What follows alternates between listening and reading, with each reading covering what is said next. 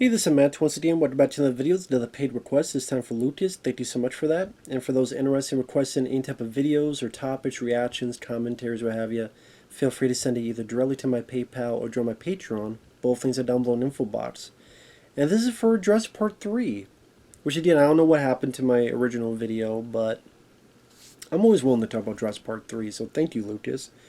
Does this film, I always thought it was a bit underrated. I think when I first saw it, I went, oh, okay, it's there.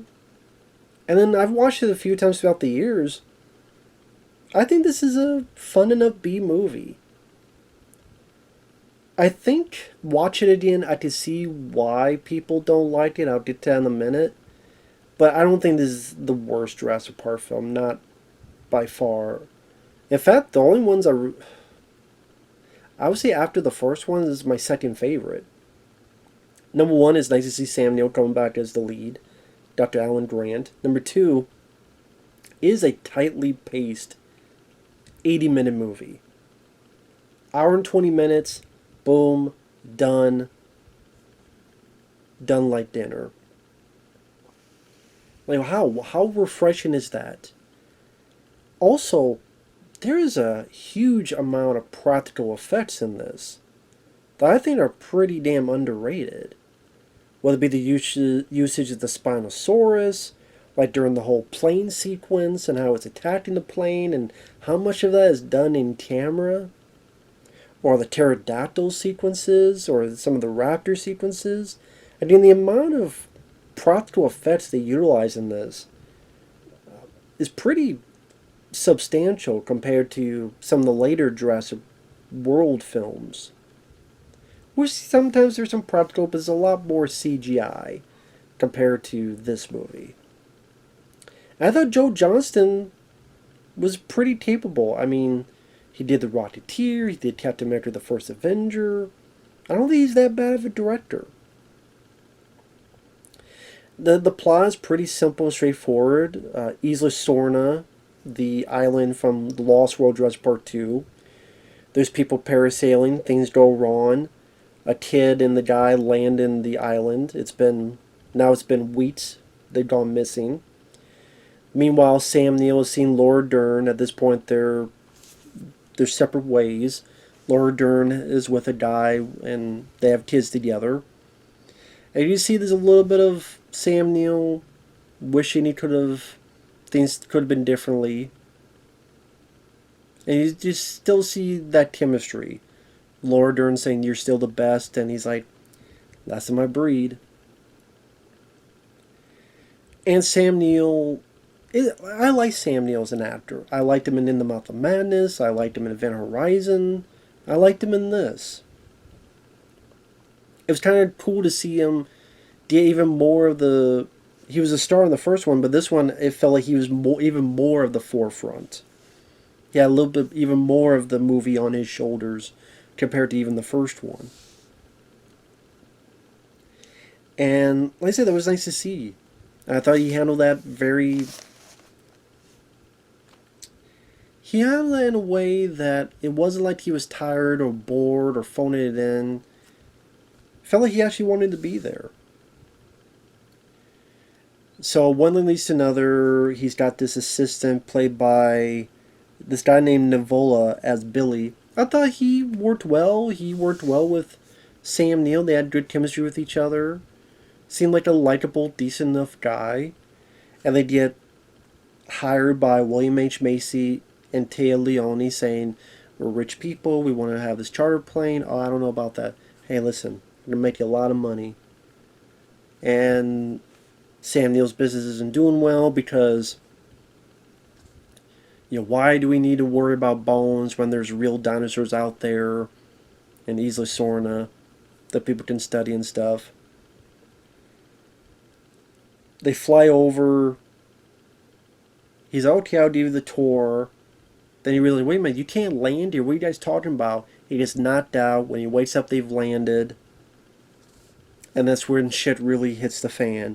Pretty quickly, actually. This movie does not take too much time to really get into the action, which some people may say that's a detriment, but to me it did feel a bit refreshing, and it's definitely, I think, the fastest paced Of all the Jurassic Park films, this is easily the fastest paced movie. And you come to find out that William H. Macy and Tay Leone, they aren't really rich people. In fact, his name is Kirby, as in Kirby's Paint and Tile. I thought William H. Macy is a lot of fun. He's very affable. He's very likable. He means well. He has a bit of an arc where he doesn't know the Outlands quite a bit, as much as he said he did. Like he's trying to take a vending machine. Well, actually, he's trying to get money into it, and another guy just tits it and breaks it to take the food. So when Macy tries to do it, but he hurts his leg, he's like, and then walks away. But then by the end, he does find a bit more of his bravery. It's not that he's a chicken shit, it's just that it's a nice little subtle arc for him. I thought, again, William H. Macy played a likable guy. The kid does get found. He's not annoying. He's not irritating. He's not a know-it-all. He's not prickish or egocentrical or whiny. Just a decent enough kid. You even have people like Michael Jeter, which he was the guy with the mouse and the Green Mile. Usually plays these smaller. He's also the guy in Tango and Cash who Kurt Russell makes fun of his equipment and then starts shooting the shit out of it with a shotgun in order to get information out of him.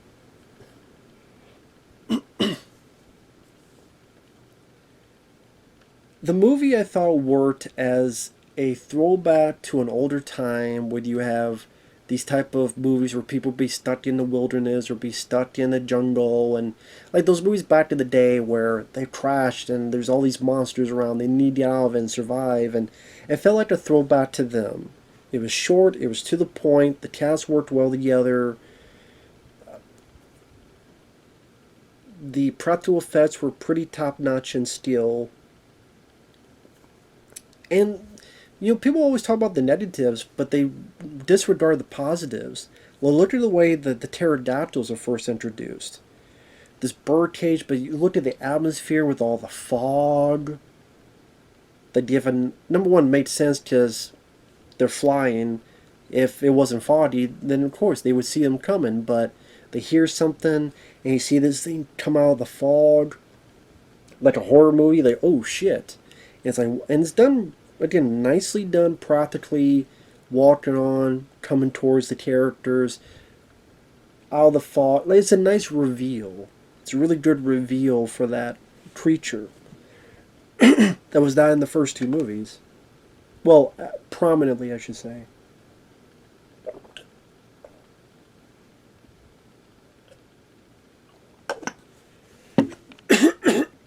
Sorry about that.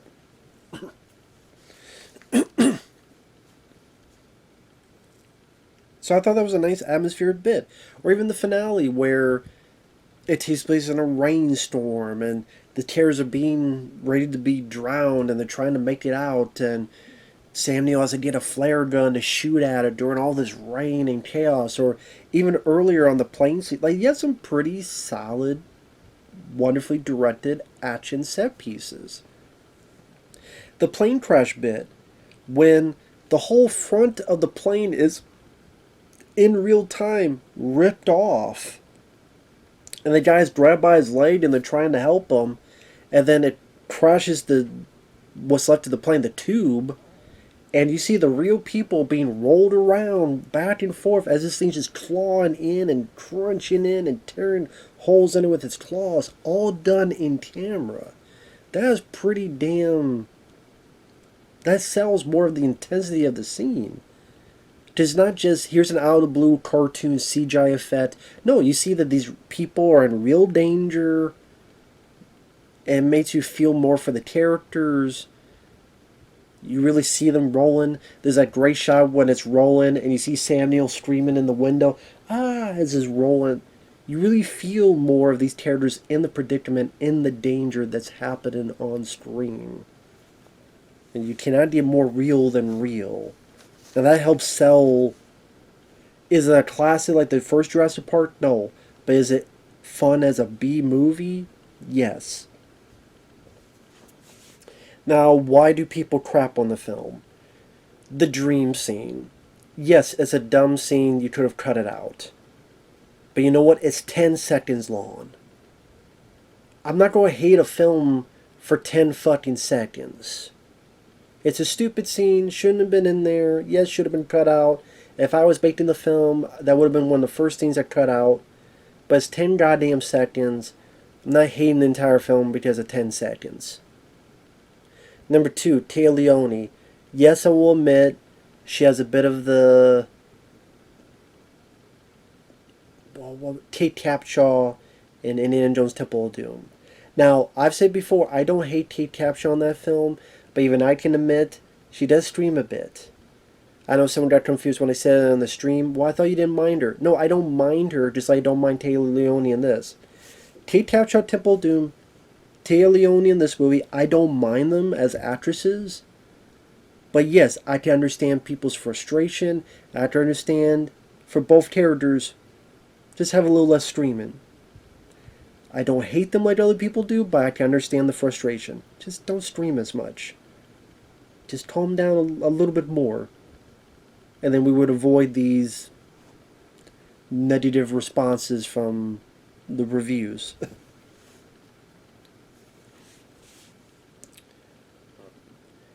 But I don't hate them like other people do. But I understand a bit of the, okay, can you scream a little bit less? Okay? Because you're ringing the dinner bell more the more you do that. But I was saying before, I think the reason why a lot of people crapped on the film is when you look at the movie, it's like a standalone episode of a TV show. Imagine the franchise as a TV show. Say this is a whole season of a show, right? And it's 6 episodes, 6 movies. This is the one that is really the standalone filler episode. I think that's why people look at it as filler. Because if you think about it, the first one started it all. The second film, you learn more about Ian Malcolm. You learn that he's got a kid. You learn that he used to be with Julianne Moore's character. There's a whole bit in A Dinosaur in the City, so now the whole world knows about what's going on. Now the whole world knows. Like, they knew about it before, but maybe they're like, okay, you say this, but now they know firsthand 100% proof of the subject matter. And there's a island filled with dinosaurs, so now it's changing the course of the franchise. Jurassic World opens up a new park. Things get even crazier. Then Fallen Kingdom, the whole fucking island's exploded, and all the dinosaurs get let loose to the point of the last movie, Dominion, where now we have to coexist with dinosaurs. This one's kind of its own intact story. It doesn't fit into the big picture. If you skipped it, you would not miss anything about the ongoing arc, whatever there is, of the franchise. So for, I think, some people, they deem it, that's that word, team, what the fuck, deem it as forgettable. A forgettable entry in the franchise. Because there is no arc, there is no bigger picture in terms of the story. That's actually one of the reasons I like the film, though. Because I think the arc sucks in this franchise. Because Jurassic World, I think, sucks. And Dominion, I think, sucks. And I think The Lost World Jurassic Part 2 kind of sucks. Now, as much, it doesn't suck as much as Jurassic World or Dominion, but like the whole culminating with fucking locusts and we're just towards, I don't give a shit about the arc. So the fact is just a compact story, rescue mission, where Sam Neill gets tricked into helping these people, but these people wanted to find their son. So you understand their predicament, you understand their motivation, because desperate measures. So you get why the parents do it. They do anything to find their son. You feel bad for Sam Neill because he thought it was just a big paycheck, just be on a plane, he got tricked. So you understand his point of view and predicament. Even the assistant, where he's helping Sam Neill, but then at one point he gets these raptor eggs. As Sam Neill puts it, there's two people. One wants to be an astrologer, watching in the distance, safety, being a huge precaution of that, or if you could do that, but you would never be an astronaut, where there's a lot of danger involved. And the system wanted a little touch of that. But at the same time, he didn't mean any harm or anything. I do think the final scene between Sam Neill and that guy, there could have been a bit more heart-to-heart talk, heart-to-heart warmth. Although I do like the bit, I rescued your hat. But I think there could have been a little bit more dialogue in that scene to fully culminate that bond between the two.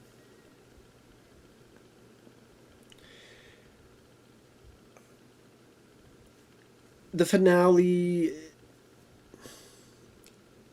for some reason they have a tendency to not have the humans kill the dinosaurs.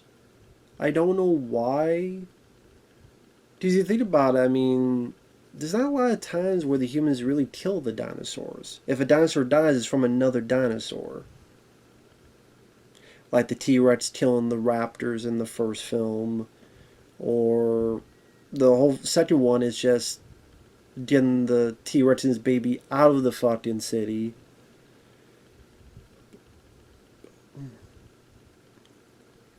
I guess they do kill some of the raptors before that. Like the gymnastics girl. Doing some shit. And I think it hits like a raptor just impaled on something. Jurassic World is the two dinosaurs killing the... Well, and then the big fish one killing the damn thing. One again is like I said. Maybe that's kind of one of the things that was kind of interesting about Fallen Kingdom as well. Like Fallen Kingdom I could watch for the third act. The third act was like a horror B movie. Where Chris Pratt and Blue ultimately have to work together to kill this fucking piece of shit dinosaur. But that third act, like monster in a stuck in a mansion, like I said, I don't know how to describe it. Just had a B movie horror feel that I enjoyed a bit of. And this I enjoy as a B movie. Like I said, I think it's got a lot more positive merits than people give credit. I have not given credit to.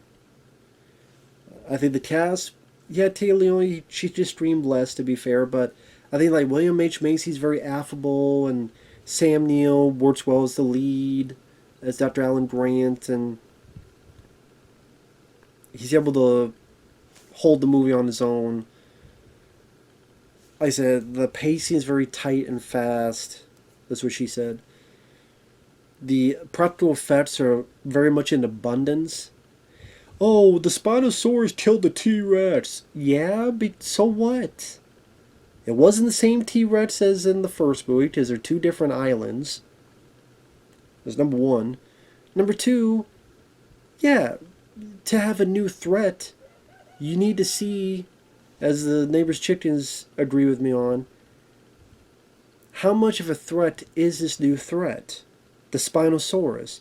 Oh, there's the T-Rex who was the big bad in the first movie, or one of them. Look what it could do to a T-Rex. Oh shit. That's how badass this one is. So you have to do that to make the audience see how much of a threat this creature is. How much of a threat this thing is for our human characters. If that's what you do to a T-Rex, what can it do to our lead characters? So killing the T-Rex to me was the way to go to showcase just how tough and deadly and intimidating this new villain is. And again, it's not like it was the same T-Rex as the first movie or whatever. So what the hell are people complaining about? It killed the T-Rex! No! So what? What did you want the Spinosaurus to do? Play cards? Play charades? Sneeze? Golf? Play hacky sack with the fucking other dinos? Or are we not allowed to have a new dinosaur as a villain? It has to just be the T-Rex and Raptors and that's it? I like the look of the Spinosaurus. They look pretty cool. I even like the bit where at the satellite phone, they think they hear it to safety, to get to safety. You have it? No, I don't have it. It was with, well, I forget the character's name. And they realize, oh shit, that's the same person that the dinosaur ate. So they turn, they see the dinosaur, and he ate that and the phone, and so they hear the phone just come from the dinosaur's mouth standing right over there. I thought that was a nice reveal, like a oh shit moment. I like the raptor, the way the raptors are done. I think they look great in this. And they go to, I mean, I will say for a negative, though Raptor's story felt a bit anticlimactic because it's about all they learning how smart they are, and then they're being hunted because the guy took the raptor eggs, and they look really good on the effects level. And then by the end, it's just they give the eggs back. Thankfully, Sam Neill had one of those bones that sound when he like their vocal cords. He tried to mimic them, and they're confused. And conveniently enough, help arrives, so the Raptors think that's their help, and they leave. But that I will say felt a bit anticlimactic.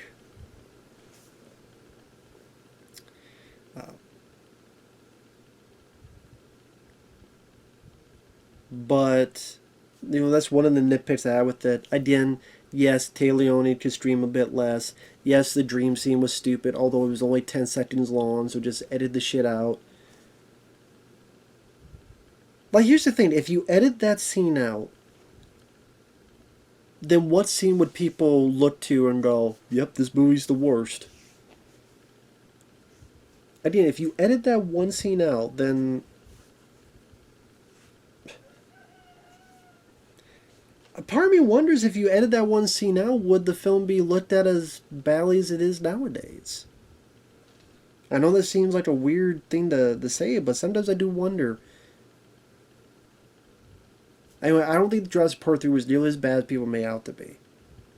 Told a story simply, succinctly. It was a nice little rescue mission movie. Could I use more action? And do I want to see a good budgeted movie that's R-rated and humans versus dinosaurs like Aliens? Yes. Will that ever happen? No. Because to make it R-rated, they would not want a big enough budget. But if you don't have a big enough budget, then the dinosaurs will look like shit. And so either look like crappy sci-fi channel films, or you have a big enough budget, but it's going to be more tame. So, yeah, it is what it is. But that's what I think a lot of it is that in the overarching scheme of the franchise, this feels like an episodic standalone episode. A filler. But you know what? Hey, I love the X-Files. You know what my favorite episodes were? The standalone ones. Not the mythology.